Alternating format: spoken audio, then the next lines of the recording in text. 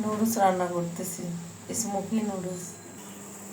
মুরগির মাংস ভাজে না হয়েছে, কড়াইতে তেল দিয়ে নাও।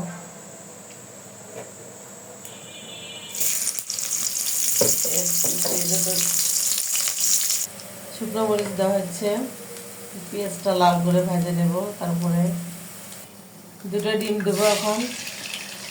হ্যাঁ,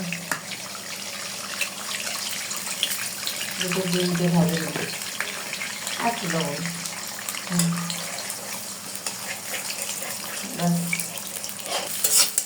এই তো ডিম দিয়ে পেঁয়াজ দিয়ে ভাজি।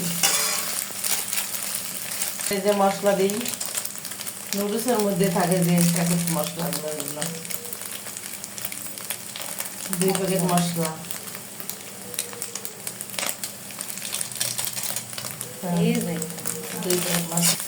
এখন সস দেওয়া হবে একে একে। এটা হচ্ছে যে রসুনের সস, তারপরে কাঁচামরিচের সস, মানে অল্প করে, আর হচ্ছে টমেটো সস।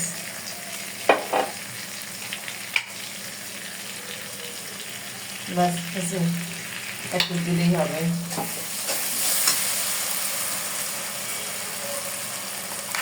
তারপরে ভাজে রাখা মুরগির মাংসগুলো, মুরগির মাংস বুকের পিস। আর এটা আমার সিক্রেট মশলা, এটা শুকনো মরিচ আর ভাজা রসুন জিরা, এটা একটা মশলা বানায় রাখছি। তারপরে নুডলস ঢেলে দিলাম, একটু নাড়াচাড়া করি।